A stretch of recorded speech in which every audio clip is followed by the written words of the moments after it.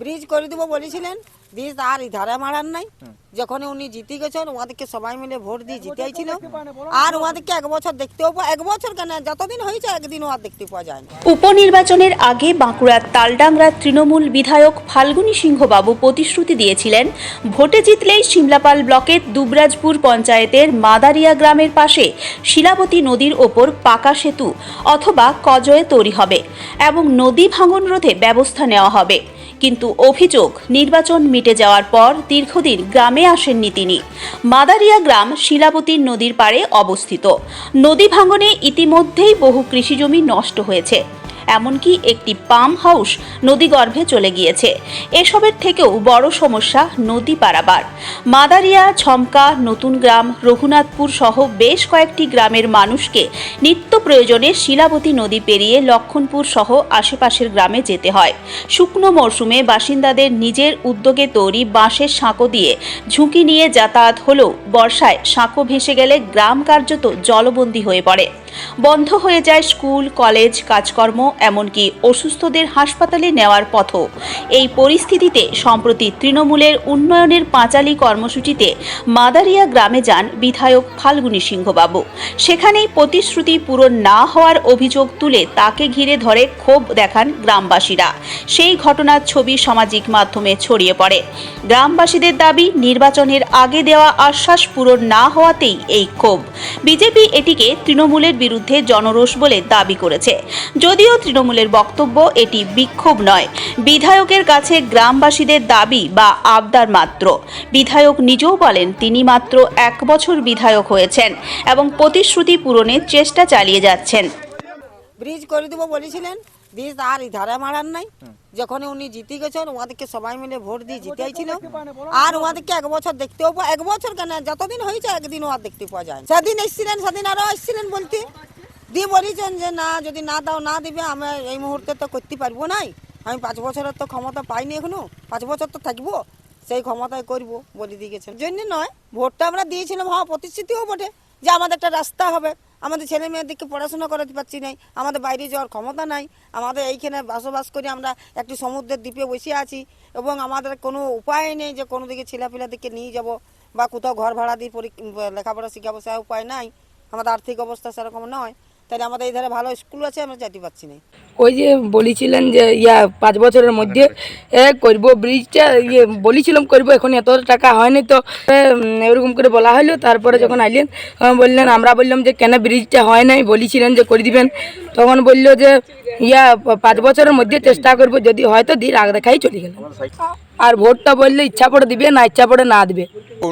বর্ষাকালে বিশেষ করে কি হয়, চারদিকে আমরা জলবন্দী হয়ে যাই, কারণ কোনো দিকে মেদিনীপুর দিকে যাবেন সেদিকেও জল, বাঁকুড়ার দিকেও যাওয়ার কোনো উপায় নেই। এদিকে একটা খাল আছে, খালের ব্রিজের উপরে জল উঠে, সিমলাপালের ব্রিজের উপরেও জল উঠে, সুতরাং আমাদের কোনো দিকে যাওয়ার উপায় থাকেনি। নদীর জল এই যে আটচালা দেখছেন, এই আটচালা পর্যন্ত জল উঠে যায় নদীর। আমাদের গ্রামের পাশেই এদিকটা ধরুন অনেকটা খেয়ে দিয়েছে, এই যে আদিবাসী পাড়াটা আছে, আদিবাসী পাড়াটা তাড়াতাড়ি নিয়ে নেবে নদীতে। এবং আমাদের পাম্প হাউস ছিল, একটা পাম্প হাউস পড়ে গেছে, আর একটা এখনও আছে, সেটাও এবার ধরুন যদি বড় বন্যা হয় তাহলে সেটাও পড়ে যাবে, কোনো গাড়োয়ালের ব্যবস্থা নেই। সমস্যায় যেটা পড়তেছে সেটা আর কাকে বলে বুঝাবো। ধরুন প্রতিনিয়ত ধরুন এই যে 1 গলা 1 সাঁতার জলে, আজ এখন জল নাই, কিন্তু এই ধরুন বালি ভেঙে পেরোতে হচ্ছে, আমরাকে প্রায়ই আসতে হয়। আমাদের এই নদীর ওই পারে বাড়ি, এই পার্কে আমাদের প্রায়ই আসতে হয়।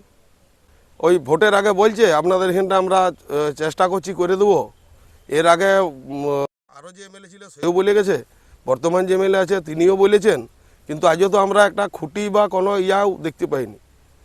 আমিও ভিডিওটা দেখেছি।